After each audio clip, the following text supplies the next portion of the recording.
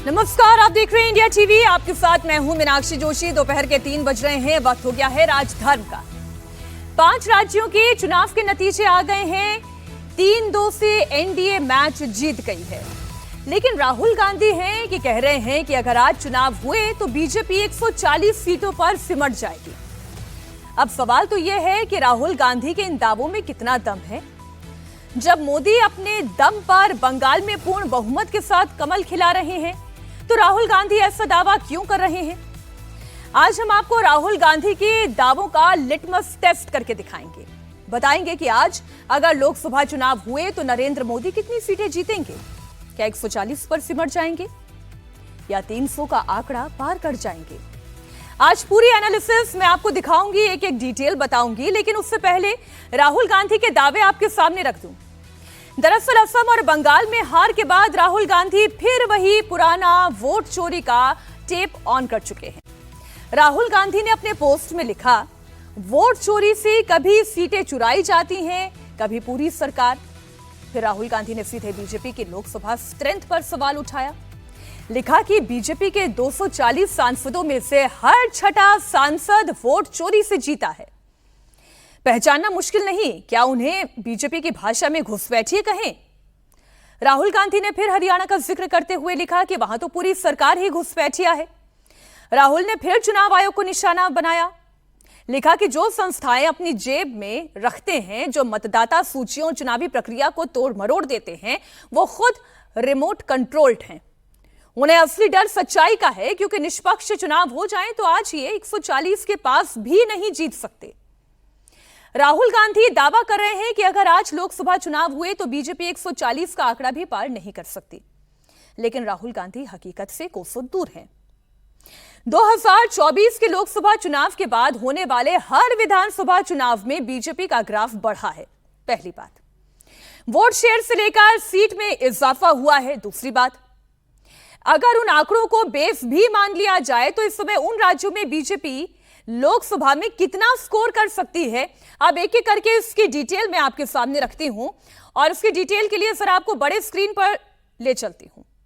2024 में लोकसभा चुनाव हुए थे और उसके बाद से हुए राज्यों के विधानसभा चुनाव में नरेंद्र मोदी का ग्राफ और मैजिक कैसे लगातार तेजी से बढ़ता चला जा रहा है, पैन इंडिया ये कैसे बढ़ रहा है, वो आंकड़ा आपके सामने है। 2024 के लोकसभा चुनाव के बाद कुल 11 राज्यों में विधानसभा चुनाव है।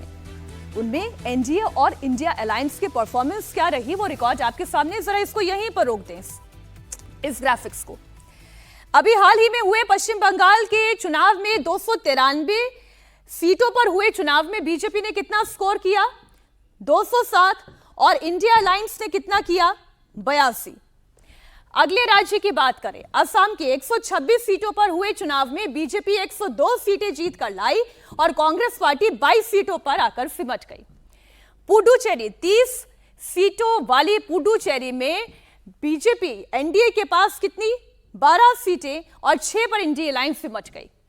बिहार की बात करें, पिछले साल हुए बिहार के विधानसभा चुनाव का गणित क्या कहता है? 243 विधानसभा वाली बिहार सीटों वाली विधानसभा में 202 सीटें एनडीए लेकर आई और आरजेडी, कांग्रेस, पूरे विपक्ष को अगर आप जोड़ लें तो कितनी सीटें? 35 पर आकर ये सिमट गई।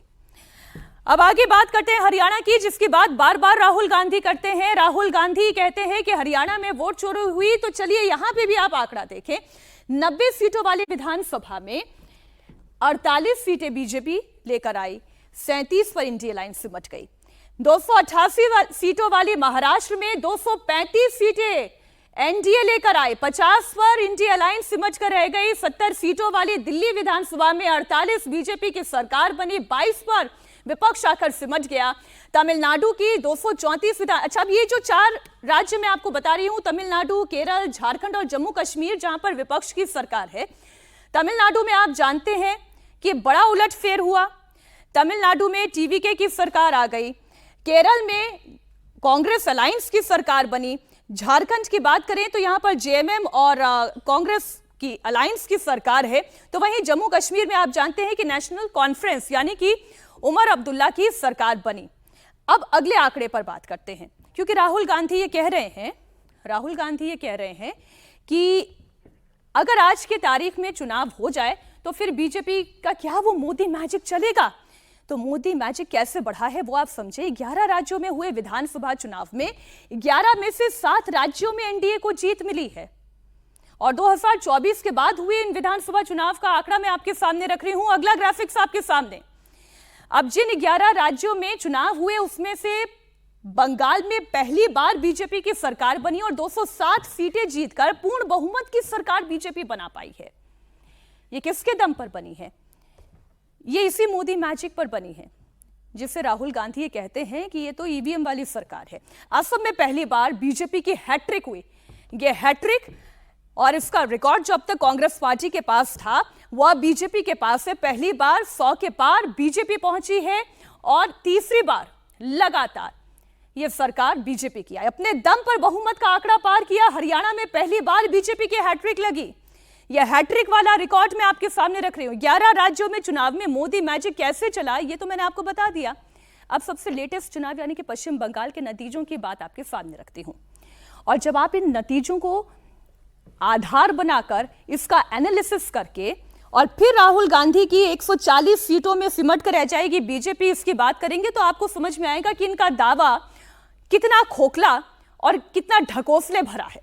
तो चलिए बीजेपी की हम सबसे पहले बात करते हैं। और 2024 के लोकसभा चुनाव में बीजेपी कितनी सीट लेकर आई थी? 12 सीटें लेकर आई थी।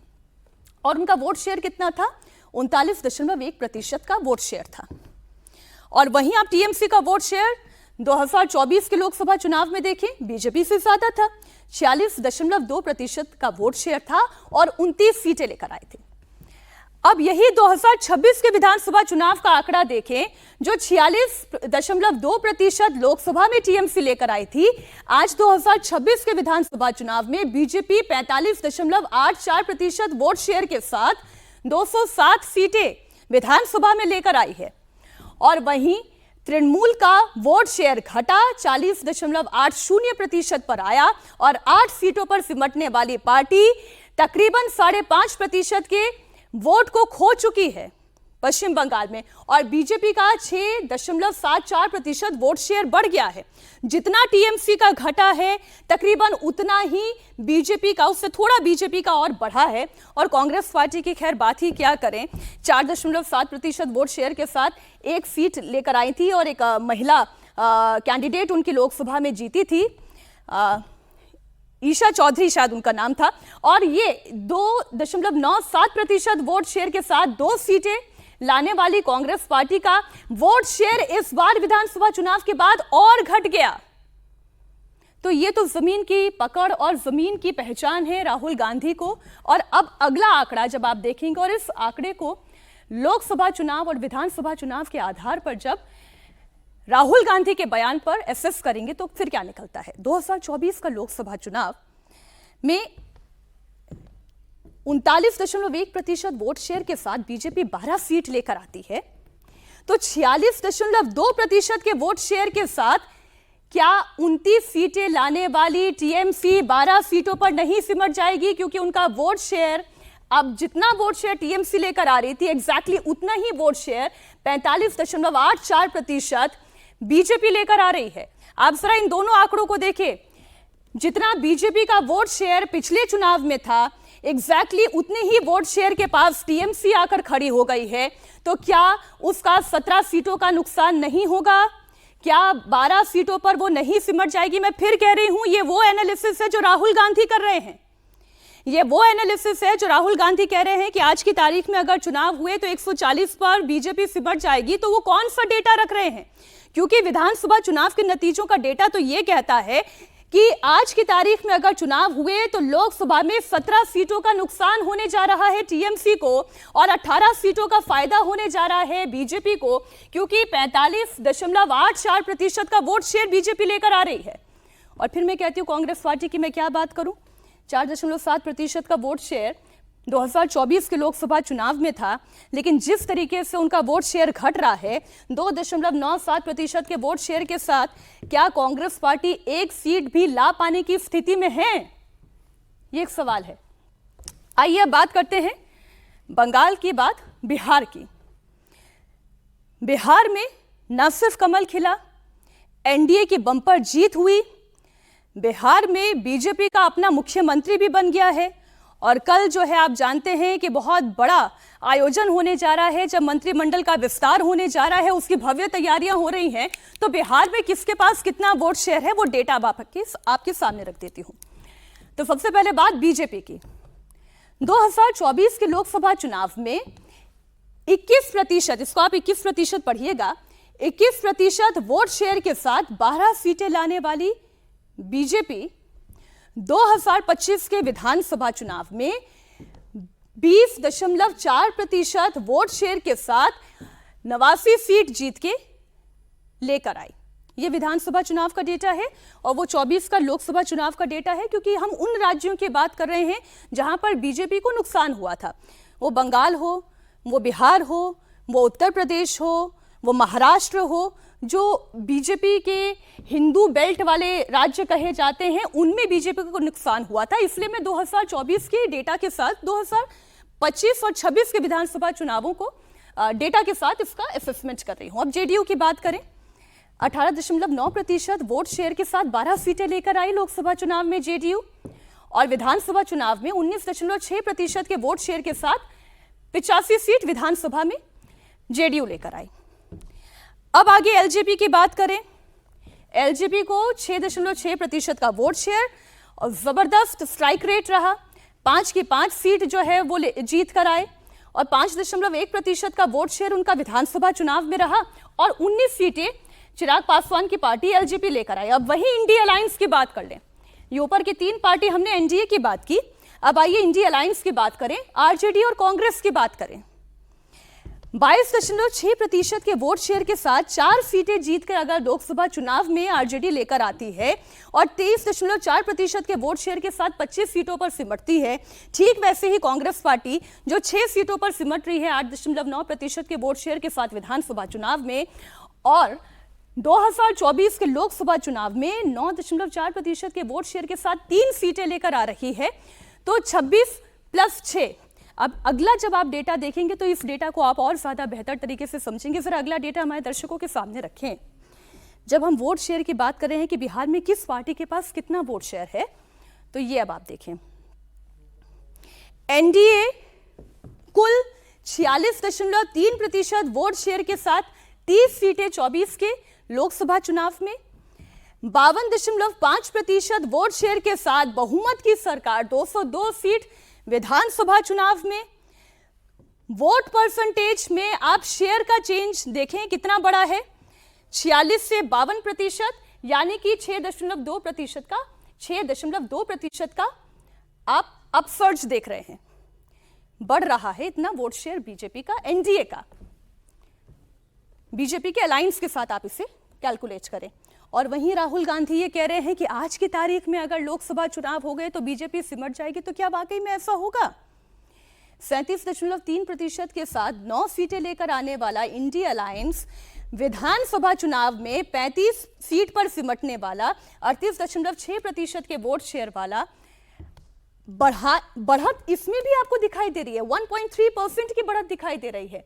लेकिन क्या इसके मुकाबले ये बढ़त क्या सरकार बनाने की स्थिति में इंडिया अलायंस को लेकर आ सकती है?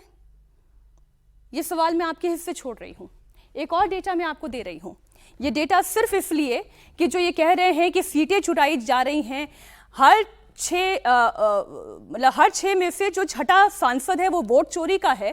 तो फिर आप बताइए ना, वो कैसे वोट चोरी का है? ये डेटा तो आपके सामने है और इसमें 11 राज्यों के विधानसभाओं के नतीजे आपके सामने हैं। अब बिहार में अगर आज की तारीख में लोकसभा चुनाव होता है, आज की तारीख में यदि लोकसभा चुनाव होता है, तो एनडीए और इंडिया अलायंस यानी कि महागठबंधन विपक्ष कहां आकर खड़ा होता है? एनडीए को 2019 से लेकर 2024 के लोकसभा चुनाव में आप ये कह सकते हैं भाई 35% वोट शेयर था। 24 के लोकसभा चुनाव में वोट शेयर तो बढ़ा, लेकिन 39 से सीटें घटकर 30 पे आ गई। लेकिन यदि आज चुनाव होता है, इसे विधानसभा के टोटल से आप कैलकुलेट करके देखें तो 52.5% वोट शेयर के साथ 38 सीटों पर एनडीए गठबंधन खड़ा दिखाई देता है, यानी कि कुल 8 सीट का फायदा यहां दिखाई दे रहा है। और वहीं अगर आप विपक्ष के डेटा को देखेंगे, 19 के लोकसभा चुनाव में 28.3% वोट के साथ एक सीट लाने वाला 37.3% के साथ 24 के लोकसभा चुनाव में 9 सीट लाने वाला 38.6% के वोट शेयर के साथ मात्र 2 सीटें ही जुटा पाएगा। अगर आज की तारीख में ये चुनाव होता है तो कितने सीटों का नुकसान हुआ? 7 सीटों का नुकसान हुआ। ये बेचैनी है, यही बेचैनी है विपक्ष की, जो वो बार बार वोट चोरी का मुद्दा, ईवीएम का मुद्दा कि ईवीएम इतनी देर तक चार्ज कैसे रह गया, इलेक्शन कमीशन ने किसके इशारे पर एफआईआर कर लिया। ये वही एफआईआर है जो केरल में भी हुआ, कांग्रेस को जिताता है।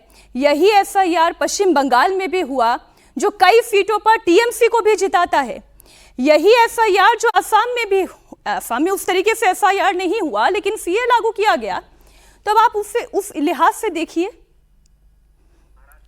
आइए महाराष्ट्र की बात करते हैं। जिन 4 बड़े राज्यों की हम बात कर रहे हैं जहां पे चुनाव हुआ, उसमें से एक राज्य महाराष्ट्र भी है जहां पर पिछली बार बीजेपी को झटका लगा था। 2024 के लोकसभा चुनाव की हम बात कर रहे हैं। जैसा उत्तर प्रदेश में हुआ था, बिहार में हुआ था, ठीक उसी तरीके से आप देखें 2024 के लोकसभा चुनाव में एनडीए को 43.9% का वोट शेयर मिला और 17 सीटें उनके पास आई।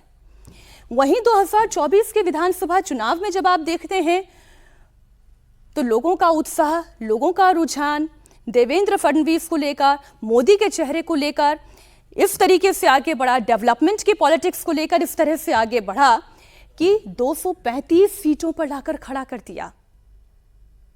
और ताकत इतनी कि बीजेपी अपने दम पर सरकार बनाने की स्थिति में आ गई। वोट शेयर में बदलाव कितना हुआ?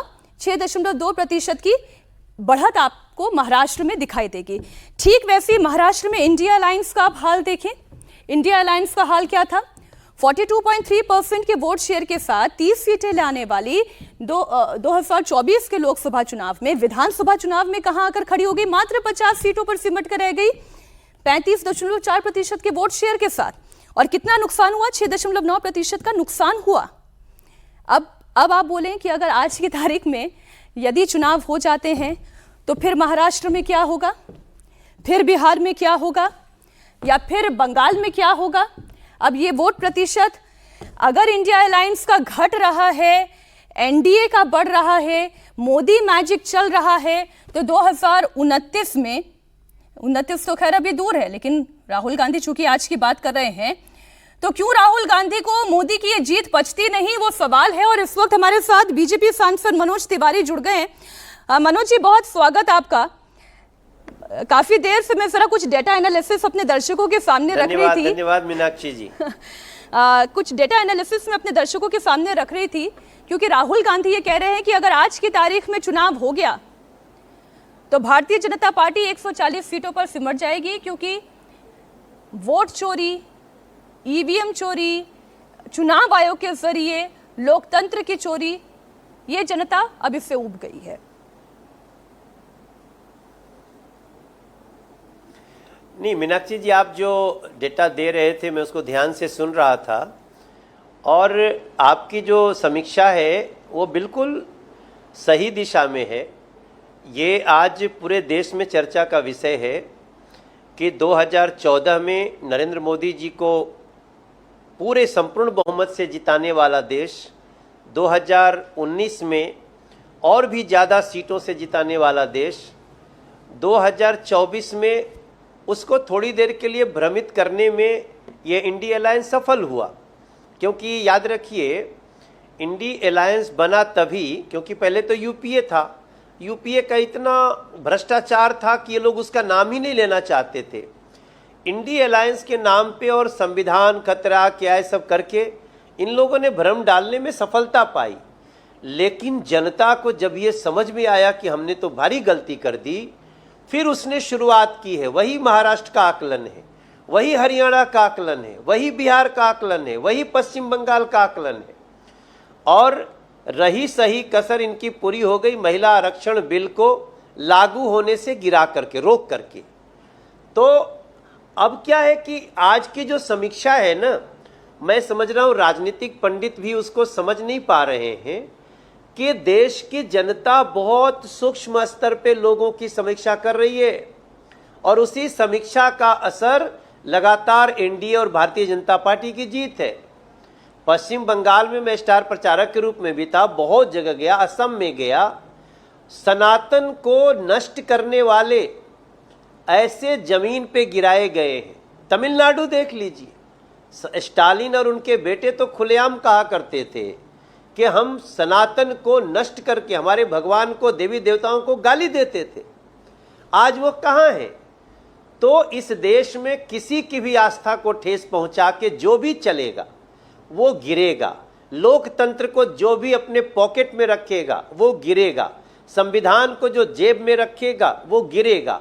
और देश इतनी समझदारी से निर्णय कर रहा है कि इनको अपना माथा फोड़ने से अब फुर्सत नहीं मिलेगी, चाहे ईवीएम पे फोड़े या दीवार पे फोड़े। और राहुल गांधी जी जहां मन करे वहां अपना माथा फोड़े, ये उनकी स्वतंत्रता है। मगर देश समझ चुका है कि अब ये इंडी अलायंस विश्वास के लायक नहीं है। भरोसा और विश्वास है तो मोदी जी में है, बीजेपी में, एनडीए में है। मनोज जी, लेकिन जो गणित राहुल गांधी सिखा रहे हैं उस गणित के आधार पर वो कह रहे हैं कि लोकसभा में बीजेपी के 240 सांसद है। मोटे तौर पर हर छठा सांसद उनका वोट चोरी से जीता है, जिसे बीजेपी की भाषा में आप घुसपैठिया कह सकते हैं।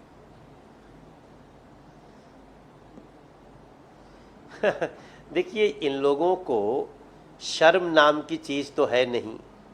हार का रिकॉर्ड बना चुके हैं राहुल गांधी जी। मुझे लगता है कोई भी अपने पार्टी का नेता इतनी हार अपने खाते में नहीं लिखवाया होगा जितना राहुल गांधी जी ने लिखवाया है। उसके बाद भी फ्रस्ट्रेशन का ये हद कि आप जनादेश को सम्मान करने की जगह इस तरह की बातें करें। देखिए, भारतीय जनता पार्टी का गुड गवर्नेंस तो है ही, भारतीय जनता पार्टी का सबका साथ सबका विकास एनडीए का तो है ही, लेकिन भारतीय जनता पार्टी की सुरक्षा और सुरक्षा देने के साथ साथ विनम्रता पूरे देश को अच्छा लग रहा है। मोदी जी कभी भी छोटे कामगारों का विरोध नहीं करते, उनके यहाँ जाके उनके दुकान पे बैठ के खाना खा सकते हैं। देश के बड़े पद पे गृह मंत्री जी को कोई धमकी देता है, उसके बाद भी गृह मंत्री जी मुस्कुरा के कहते हैं आने दो 4 मई। तो ये सब कुछ बीजेपी और एनडीए का ये लोग तुलना नहीं कर सकते। राहुल गांधी जी की बातों को लेकर के चर्चा तो शुरू हो जाती है, मगर मैं समझता हूं राहुल गांधी जी की बातों पे डिस्कशन करना अब इस देश में टाइम जाया करना समझा जा रहा है। लेकिन क्या करें, बात ही ऐसी कर रहे हैं। वो ये कह रहे हैं कि घुसपैठियों की सरकार बनाकर आप बैठे हैं। आप देखिए, वो ये लोग घुसपैठियों को तो रिश्तेदार की तरह रखते हैं। ये लोग, जब हम लोग दिल्ली में घुसपैठियों के खिलाफ बात करेंगे तो ये घुसपैठियों के पक्ष में हो जाएंगे। ये तो पश्चिम बंगाल में वो तो जो अंदर का इनका आपस में इंडिया अलायंस की पार्टियों का युद्ध है वो समझ में आ गया। जब ये राहुल गांधी जी पश्चिम बंगाल में बोल रहे थे तब टीएमसी के खिलाफ क्या बोले? यही बोल रहे थे कि अगर आप रिश्तेदार नहीं है टीएमसी के तो आपको नौकरी नहीं लग सकती है। अब चूंकि हारने का सिलसिला जारी है, अब इन लोगों को लगता है कि फिर से हम किसी तरह अपने इंडिया अलायंस के कुनबे को रखें, उसके लिए ये सारे बयानबाजी है। और मेरा, देखिए, मैं तो राजनीति शास्त्र का एक विद्यार्थी भी हूँ काशी हिंदू विश्वविद्यालय से। हम अभी जहाँ से आकर के आपसे बात कर रहे हैं, हम काशी हिंदू विश्वविद्यालय के पूर्व छात्रों के साथ बैठे हैं। हमारा पूरा विश्वास है कि इन नेताओं की बात को अब जनता, राहुल गांधी जैसे नेताओं की बात को जनता कॉमेडी सर्कस की तरह ले रही है और वो एनडीए के साथ इतने ताकतवर ढंग से चल पड़ी है कि आने वाले दिन में और भी राज्य जो अभी तक नहीं आए हैं वो हमारे पास आएंगे। हमारा गुड गवर्नेंस, हमारा देश के प्रति राष्ट्रभाव, सबसे ऊपर राष्ट्रवाद नरेंद्र मोदी के नेतृत्व में और जीतेगा, ऐसा हमारा विश्वास है। लेकिन ममता बनर्जी रिजाइन करने को तैयार नहीं है। वो ये कह रही है कि मैं नैतिक तौर पर जीती हूं। आप बताइए। नहीं, वो कौन स्तर पे जीती हैं? अगर आज वो ये बात कह रही हैं तो वो अपना परिचय दे रही हैं कि वो कैसे जीतती थी। देखिए, इस्तीफा देना नहीं देना, एक मुख्यमंत्री इस आधार पे थोड़ी बने रह सकता है कि मैंने इस्तीफा नहीं दिया। अगर ऐसा करना होता तो सबसे पहले अरविंद केजरीवाल नहीं इस्तीफा देता। आपके हाथ में थोड़ी है कि आप इस्तीफा दोगे तब हटोगे। ये देश के अलग अलग राज्यों में जनता ने आपको वोट आउट कर दिया। अब अगर आपको इज्जत से जाना है तो साइन करके जाओ, बेइज्जत होके जाना है तो जनता उसका भी इंतजार कर रही है। वो तो ये मैंने जो देखा। ममता बनर्जी दीदी का जो व्यवहार है जी, वही बता रहा है कि ये लोग कितने तानाशाह हैं। ये लोग किस तरह से संविधान को तार तार कर देते हैं। भारतीय जनता पार्टी का इतिहास है, जहां भी जनादेश मिला हम सर झुका करके जनादेश का स्वागत करते हैं। लेकिन ममता दीदी जैसे लोगों ने बता दिया कि अब उनका भरोसा संविधान पे नहीं है, और ये जो भी अभी उनके समर्थक हैं उनके अंदर ये जहर भर रहे हैं, जो कि एक अपराध माना जाना चाहिए। और माननीय जो संवैधानिक संस्थाएं हैं उनको कड़ा एक्शन लेना चाहिए ऐसे स्टेटमेंट्स पे। लेकिन मनोज जी, भारतीय जनता पार्टी के कार्यकर्ता भी तो ममता बनर्जी को चिढ़ाने में कोई कोर कसर नहीं छोड़ रहे हैं। जहां जाती है वहां जय श्री राम के नारे लगाए जाने लगते हैं। जहां जाती हैं, अच्छा बीजेपी दफ्तर में हम्बा हम्बा रुम्बा रुम्बा थम्बा थम्बा गाने पर डांस चल रहा है। इतना आप लोग टीस कर रहे हैं ममता बनर्जी को। नहीं, देखिए, ये तो जीत का उत्सव मनाने का अपना तरीका है, मगर कोई हिंसा थोड़ी कर रहा है। अभी तो उन लोगों ने एक हमारे भाजपा के कार्यकर्ता पर अटैक किया है। अगर भारतीय जनता पार्टी का समर्थक, जय श्री राम का समर्थक, सनातन का समर्थक, पश्चिम बंगाल की अस्मिता का, स्वामी विवेकानंद जी का, रविन्द्रनाथ ठाकुर जी का, बंकिम चंद्र चटर्जी जी का, अगर इनका समर्थक उत्साह मना रहे तो गाना बजा के कर रहा है। अब गाना बजा करके इतनी बड़ी जीत आई, ऐतिहासिक जीत आई, पहली बार आई, अब आप गाना बजा के भी नहीं नाचने दोगे? और जय श्री राम कब से चिढ़ाने का नारा बन गया, इनको पूछिए जरा। अरे उनके तो भाईपो देश के गृह मंत्री को धमकी देते थे। कोई उनका कार्यकर्ता किसी अधिकारी को खींच कर लाने की, घसीट कर लाने की बात करता था। अपराधी तो वो लोग हैं, हमारे जो भी भारतीय जनता पार्टी के लोग और पूरा पश्चिम बंगाल का लोग, वो गाना बजा करके एंजॉय कर रहा है और ये उसका अधिकार है। कुछ बातें जो विपक्ष के और नेता कह रहे हैं, जैसे संजय राउत ये कह रहे हैं कि ममता बनर्जी के ये आंदोलन का एक और तरीका है कि वो रिजाइन करने के लिए तैयार नहीं है, और वो बिल्कुल ठीक कर रही है, उन्हें रिजाइन करना भी नहीं चाहिए।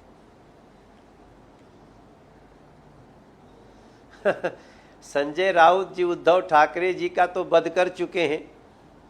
अब वो ममता बनर्जी को भी और इंडी अलायंस के बाकी नेताओं का भी बद करने में पीछे नहीं रहेंगे।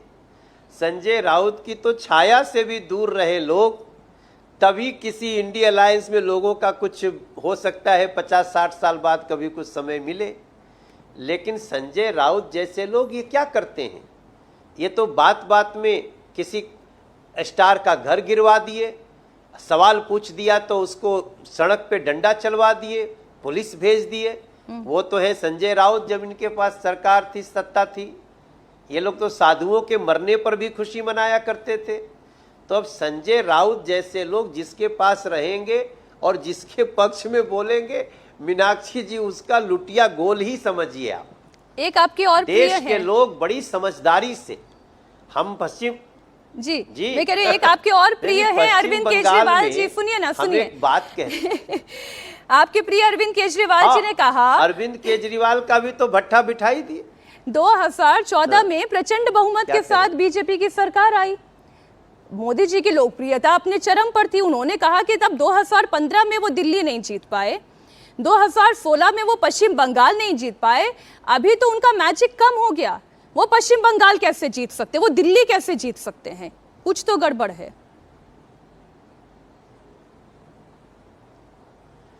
उनके 7 सांसद उनको थप्पड़ थप्पड़ दे के, थप्पड़ मतलब राजनीतिक थप्पड़, थप्पड़ थप्पड़ दे के चले गए।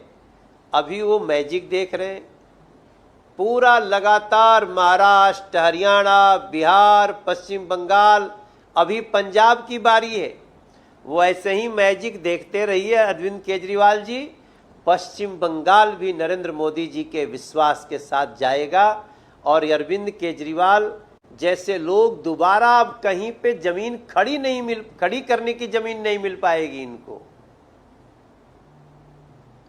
वो तो पंजाब के लिए भगवंत मान कह रहे हैं कि आपने अभी से पंजाब में भी तैयारी शुरू कर दी और जितने छोटे छोटे ये धमाके हम सुन रहे हैं वो सब बीजेपी की साजिश की वजह से है। ये बीजेपी की चुनावी रणनीति का हिस्सा है।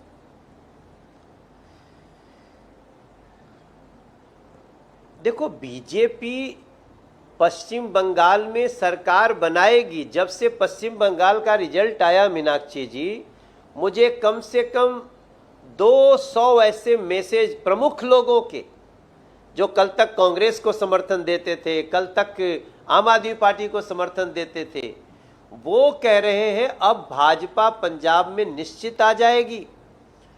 पंजाब का जन जन, गांव भी पश्चिम बंगाल के रिजल्ट के बाद कह रहा है कि नहीं, अब विश्वास मोदी पर, विश्वास कीजिए मोदी पर। ऐसा होने लगा है। और मैं आपको आज बता दूं, हम तो पंजाब का गाना भी बनाना शुरू कर दिए हैं कि जनता ने उमड़ के बोला, हुण रंगले बसंती चोला, हुण रंगले बसंती चोला। पंजाब उमड़ के बोला, हुण रंगल बसंती चोला। हो सड़क बनेगी, पुल भी बनेगा, होगा बम बम भोला। पंजाब उमड़ के बोला, हुण रंगल बसंती चो। अभी तो देखिए, पंजाब की जनता ने स्टेट बॉर्डर स्टेट होने का महत्व समझ लिया है। और जिस प्रकार से अपराध और भ्रष्टाचार को अरविंद केजरीवाल ने पंजाब में उनको समर्थन कर करके उनको शक्ति दी है, अब पंजाब ना तो आप ना तो कांग्रेस अब जाएगी भाजपा के साथ। अब उनके साथ जाएगी जिसने करतारपुर साहिब का रास्ता खुलवाया। अब उनके साथ जाएगी जो हमारे साहिबजादों के सम्मान में वीर बाल दिवस शुरू किए। अब उनके साथ जाएगी जो सिख पंथ पे गर्व करते हैं और पंजाब को अपने सीने से लगा के रखते हैं। ऐसे भारतीय जनता पार्टी और नरेंद्र मोदी जी के साथ जाएगी मीनाक्षी। ऐसा मैं बोल रहा हूँ, आप इसको अच्छे से आज आप इसको कभी और बात करेंगे तो याद रखना कि पंजाब में अब भारतीय जनता पार्टी के आने की बारी है और ये निश्चित होके रहेगा। अरविंद केजरीवाल जैसे लोग, इनको देश में कहीं कोई खड़ा नहीं कर पाएगा जितना इन्होंने दिल्ली और पंजाब को रुलाया है।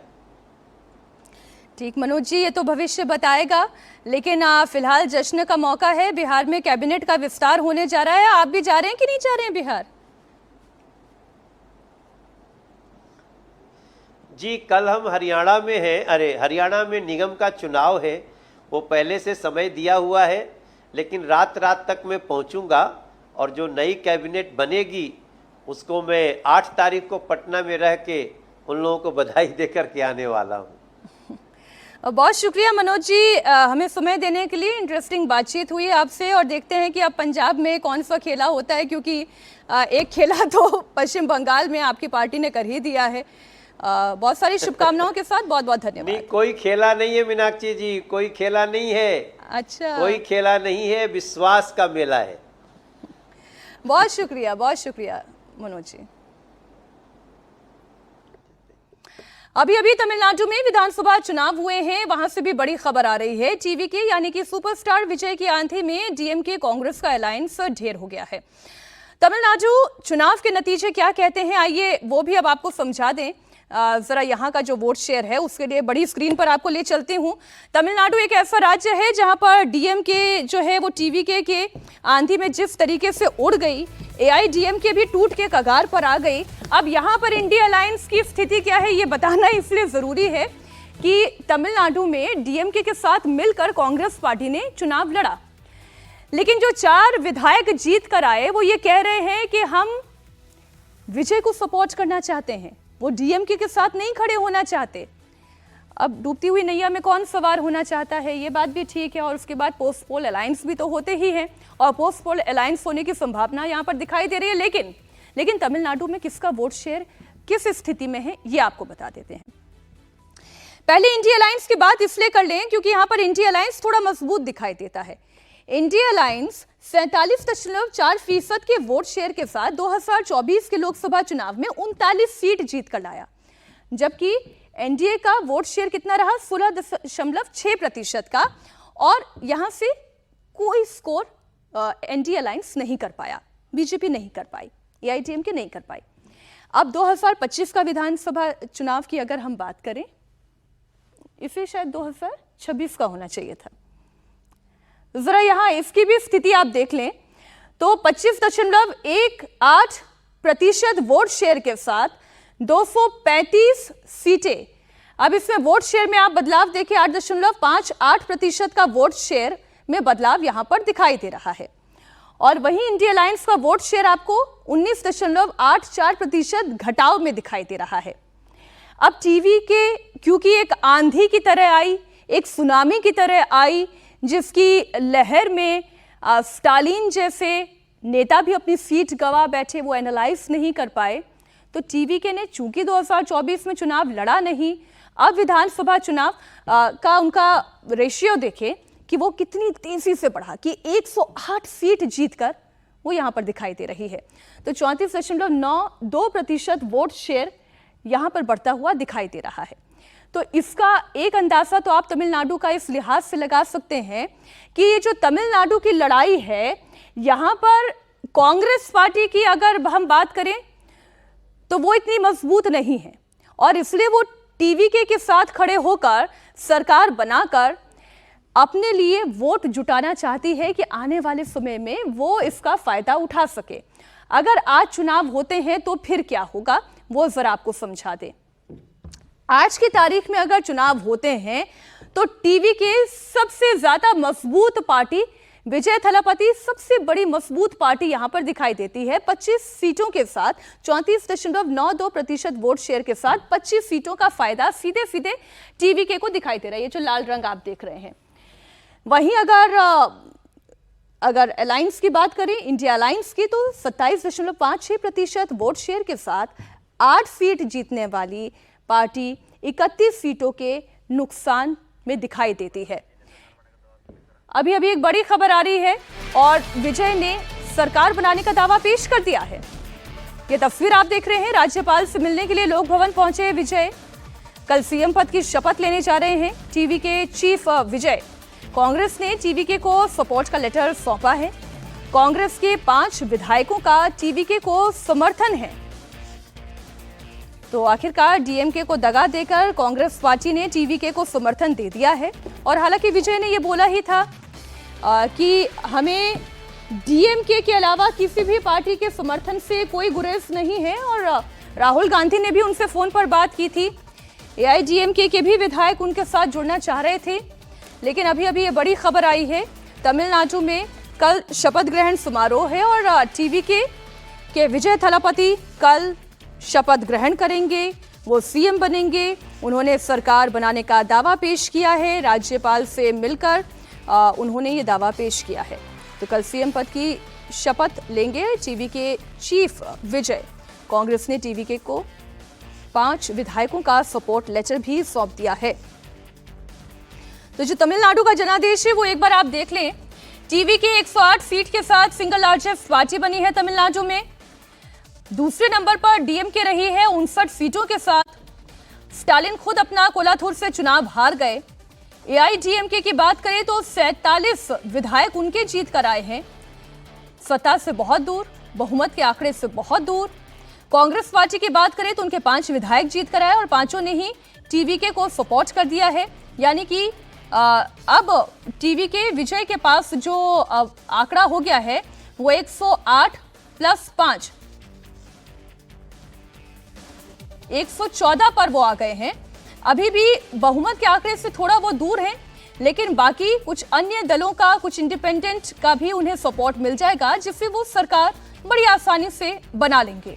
अब पीएमके की बात करें तो 4 सीटें वो जीत के आए। पीएमके ने भी कहा था कि वो भी टीवीके के साथ जाना पसंद करेंगे। एआईयूएमएल की बात करें तो 2 सीटें, सीपीआई 2 सीटें, बीसीके 2 सीटें, सीपीआईएम 2 सीटें, बीजेपी की 1 सीट और डीएमडीके को 1 सीट मिली है। तो ये जो आप विधानसभा की स्थिति देखने जा रहे हैं, वो ये पूरी हमने आपके सामने रख दी है। तो तमिलनाडु की इस तस्वीर की हम बात करें, जिसकी कल्पना किसी पार्टी ने नहीं की थी, डीएमके ने नहीं की थी, एआईएडीएमके ने भी नहीं की थी। कोई कल्पना भी नहीं कर सकता था कि विजय चुनाव लड़ेंगे और पहली बार के ही चुनाव में वो मुख्यमंत्री भी बन जाएंगे। अब टीवीके को हाथ का साथ मिल गया है। राहुल गांधी ने पाला बदल दिया है। डीएमके के साथ चुनाव जरूर लड़ा, लेकिन अब वो सत्ता के साथ खड़े हुए नजर आ रहे हैं। एक और बड़ी खबर आपको दे दें, बंगाल में करारी हार के बाद भले ही ममता बनर्जी इस्तीफा ना देने पर अड़ी हूं, लेकिन टीएमसी के फूफड़ा साफ होने का असर अब दिखने लगा है। टीएमसी सांसद और ममता बनर्जी के भतीजे अभिषेक बनर्जी के घर से सिक्योरिटी इक्विपमेंट हटाए जा रहे हैं। ये देखिए तस्वीरें आप। साथ ही उनकी सुरक्षा भी कम की जा रही है। इंडिया टीवी की टीम इस वक्त ग्राउंड पर मौजूद है और पवन नारा ने पूरी ग्राउंड रियलिटी दिखाई है। पहले अभिषेक बनर्जी के घर के बाहर कोई रुक नहीं सकता था, सड़क से निकलने की इजाजत नहीं थी, लेकिन हालात बदल गए। पश्चिम बंगाल में सत्ता परिवर्तन हो चुका है और उसका असर जमीन पर दिखने लगा है। जहां मैं खड़ा हूं वहां पहले कैमरा नहीं खोला जा सकता और पीछे जो आप घर देख रहे हैं ये अभिषेक बनर्जी का घर है। पिछले 15 साल से जब से ममता बनर्जी यहां मुख्यमंत्री हैं, यहां कभी कैमरा नहीं आया। एक बार तो ऐसा हुआ, मुंबई से एक रिपोर्टर आई, उसे पुलिस ने पकड़ लिया। बहुत मशक्कत के बाद उसे छुड़वाया जा सका और उसकी गलती सिर्फ ये थी कि उसने यहाँ कैमरा ऑन कर लिया था और उसे शाम को छोड़ा गया। पुलिस यहाँ 24 घंटे तैनात रहती थी। कोलकाता पुलिस का जो ये कैबिन देख रहे हैं, ये फुटपाथ पर बना है जहाँ पुलिस होती थी। इस तरह के सीजर गेट थे जिसको ऐसे खोला जा सकता है, वो यहाँ था। यहाँ पर एक कोलकाता पुलिस का चेक पोस्ट यहाँ भी था। सामने जो आप फुटपाथ पर शेड देख रहे हैं वहाँ भी कोलकाता पुलिस तैनात होती थी। यानी कोलकाता के सबसे सेफ रेजिडेंस का एड्रेस था शांति निकेतन 188A। और ये आप पहली बार कैमरे पर अभिषेक बनर्जी के घर की तस्वीर देख रहे हैं। और ये रास्ता बेहद वीआईपी रास्ता, किसी को यहाँ खड़े होने की अनुमति नहीं और अब सब यहाँ से हटा लिया गया है। यहाँ एक क्यूआरटी जरूर तैनात है, कोलकाता पुलिस के यहाँ कांस्टेबल तैनात हैं। दादा, कितने लोग तैनात रहते थे पहले यहाँ? काफी लोग थे, इससे ज्यादा नहीं बोल पा रहे, काफी लोग थे। लेकिन फिलहाल यहाँ एक क्यूआरटी है, क्यूआरटी के अंदर कोलकाता पुलिस के जवान अभी भी मौजूद हैं। यानी सिक्योरिटी में कमी नहीं है, लेकिन प्रोटोकॉल नहीं है। जो अनडिक्लेयर्ड प्रोटोकॉल यहां दिखाई देता था, कोलकाता पुलिस के ये बैरिकेड यहां अभी भी खड़े हैं, जो बता रहे हैं कि किस तरह की सुरक्षा व्यवस्था यहां होती थी। यहां अभिषेक बनर्जी रहते हैं, ऊपर सीसीटीवी कैमरा है, बेहद कड़ी सुरक्षा व्यवस्था। अभिषेक बनर्जी अपनी पार्टी में ममता बनर्जी के बाद दूसरे नंबर के सबसे बड़े नेता थे और एक सांसद थे। लेकिन जिस तरीके का सिक्योरिटी प्रोटोकॉल उनको दिया गया था उस पर जरूर सवाल खड़े होते थे। और आज जब पुलिस यहां से ये सब हटा रही है तो देखिए लोग खड़े होकर यहां उतर रहे हैं। दादा, किसका घर है ये तो अभिषेक का घर है। तो पहले देख पाते थे, गाड़ी रुक पाते थे? पहले क्या होता था? पहले तो इसे यहाँ पर रुकने नहीं देता, रुकने नहीं देता नहीं था। नहीं, पुलिस हटा देता है। फोटो खींच रही है मैडम फोटो खींच रहे हैं। पहली बार अभिषेक का घर देखा है? नहीं, पहले फोटो खींच पाते थे? नहीं, हाँ, एकदम नहीं। एकदम नहीं। क्या कहा जाता था? बोलो ना, तुम बोलो। अरे একটু বাংলা বলি। नहीं है। दादा बोल रहा है कि ये 15 साल का उन्नति माने कि ढंग से हुआ है। स्वाधीनता दिवस हम लोग बनाएगा, स्वाधीनता दिवस आदासी। हम लोग बनाएगा। कहाँ रहते हैं आप? यहाँ पर ये इलाका में इसी इलाके में? ये लगता है कि फुटपाथ में कोई जाना बाना के रास्ता नहीं है, अच्छा, फुटपाथ पे नहीं जा सकते? नहीं जा सकता है, सब सब दादा ब्लॉक कर दे रहा है। ब्लॉक कर दे। हाँ, तो उसका बाप का संपत्ति नहीं है ना। तो अब लोग कह रहे हैं कि ये चाहता स्वाधीनता है कि ममता बनर्जी हार गया है, हाँ। उसका मुख्यमंत्री को पदक दीजिए। अच्छा, ममता तो दीदी मैं हार तो- गई हैं, रुक जाइए, हाँ, भावुक हो रहे हैं, सरकार स्वाधीनता बनाएगा। दिवस है। दादा यहीं रहते हैं? ना उधर रहते हैं। उधर रहते हैं। इस रोड पे क्या स्थिति होती थी इधर पहले? में बहुत पुलिस रहता था हाँ। पहले, अभी नहीं है। अभी नहीं है। तो कह रहे हैं कि हम बहुत खुश हैं, यहाँ जो बैरिकेडिंग थी वो अब हट गई है और आम ट्रैफिक का जो चलन है वो यहाँ पर शुरू हो गया है। ये सत्ता बदलाव के पहले संकेत हैं, जिसके बाद प्रोटोकॉल खत्म हो रहा है और मीडिया तक यहाँ आ पा रहा है। सोचिए, आप प्रधानमंत्री के आवास की तस्वीरें ले सकते हैं, लेकिन अभिषेक बनर्जी के घर की तस्वीर आप नहीं ले सकते।